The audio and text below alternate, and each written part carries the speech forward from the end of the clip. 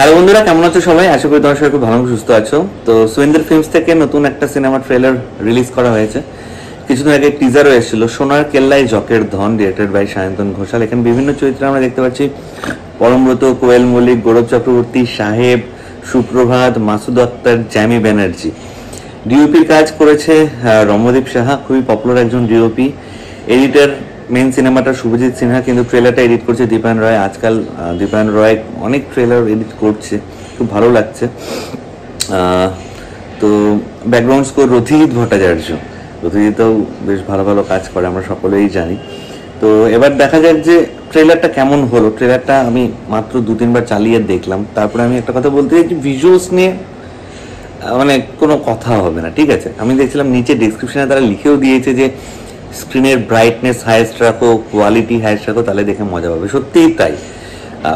মানে 1080p ফরম্যাটে তুমি যদি এটা ইউটিউবে চালিয়ে দেখো বা টিভিতে অ্যাটলিস্ট চালিয়ে দেখো, তোমার দেখতে খুব ভালো লাগবে। কারণ এবার ওয়ান সেকেন্ড সেই সোনার কেল্লা, সেই পুরনো পরশ পাথর, সেই ভাইবটাকে আবার ফিরিয়ে আনা হচ্ছে। এবং সুপ্রভাতের যে ক্যারেক্টারটা আমরা দেখতে পাচ্ছি, সে পরশ পাথর সম্পর্কে কিছু ইনফরমেশন তার কাছে আছে, যেটা কিনা সেই মরুভূমির দেশ থেকে কেউ হয়তো নিয়ে চলে গেছে। কিন্তু পরমব্রত, কোয়েল, গৌরব, এই যে ট্রায়োটা, তারা এটা বিলিভ করে যে পরশ পাথর এখনো সেই মরুভূমির দেশে রয়েছে, সোনার কেল্লার সাথে জড়িত কোনো একটা জায়গাতে। হয় সোনার কেল্লাতে বা সোনার কেল্লা কোনো ইনফরমেশন দেবে যে পরশ পাথরটা কোথায় আছে না আছে। তারা সেটা খুঁজতে লাগে এবং খুঁজতে গিয়ে জানতে পারে যে এই পরশ পাথরের পেছনে শুধু তারা নেই, আরও অনেকে রয়েছে। তো এই হচ্ছে গল্প। এবার বাকি তো সিনেমা দেখলে ভালো খারাপ নিয়ে কথা বলবো। আপাতত ট্রেলারটা দেখে ভিজুয়ালস নিয়ে কিন্তু দারুণ ফাটাফাটি।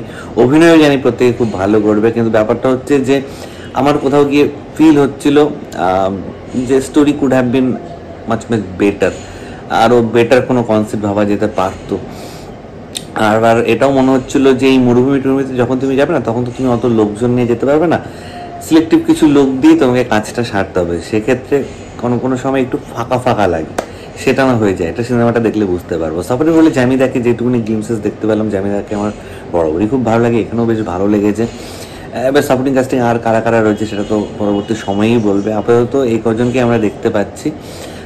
মিউজিক খুব ভালো হয়েছে এবং সায়ন্তনদার কাজ বরাবরই ভালো লাগে আমার। এই ধরনের কাজ স্পেশালি যেখানে একটু ভিএফএক্স বেসড কাজ হবে, সেখানে কিন্তু সায়ন্তনদা খুব ভালো ফিনিশিং টাচটা দিতে পারে। মানে কম বাজেটেও একটা ভালো আউটপুট দেওয়ার ক্ষমতা রাখে সায়ন্তনদা। So all the very best to the whole team. এবং সুরিন্দর ফিল্মস খাদানের সাথে যুক্ত ছিল, খাদান বক্স অফিসে সফলতা পেয়েছে। তারা চাইবে তাদের পরপর কয়েকটা সিনেমা যেন অ্যাটলিস্ট বক্স অফিসে চলে। তো খুব তাড়াতাড়ি রিলিজ করছে, এরপরে এই সিনেমাটার ভাগ্য নির্ধারণ হয়ে যাবে। আপাতত ট্রেলার ইজ 90% প্রমিসিংই আমি বলবো। এবং এই ধরনের সিনেমা ভিজুয়ালস অনেকেই বড় পর্দায় এনজয় করতে চায়, সেক্ষেত্রে তো ফুটফলস পড়বেই ভালো, এবং ভালো একটা ডিসেন্ট কালেকশনও হয়তো হয়ে যাবে বলে আমার মনে হচ্ছে। তো তোমাদের কার কি মতামত প্লিজ নিচে কমেন্ট করে জানাও। আমার ভিডিওটা ভালো লাগে থাকলে লাইক কমেন্ট সেটা তো একদম বলবে। চ্যানেলটা যারা প্রথমবার দেখছো, নিচে যে রেড সাবস্ক্রাইব বাটনটা আছে সেখানে ক্লিক করে নাও, সেটা বেল আইকন আছে সেখানে ক্লিক করে অবশ্যই ক্লিক করে নাও। ঠিক আছে বন্ধুরা, দেখা হচ্ছে নতুন কোনো ভিডিওতে। দেন ভালো থেকো সবাই, সাবধানে থেকো সবাই, টাটা।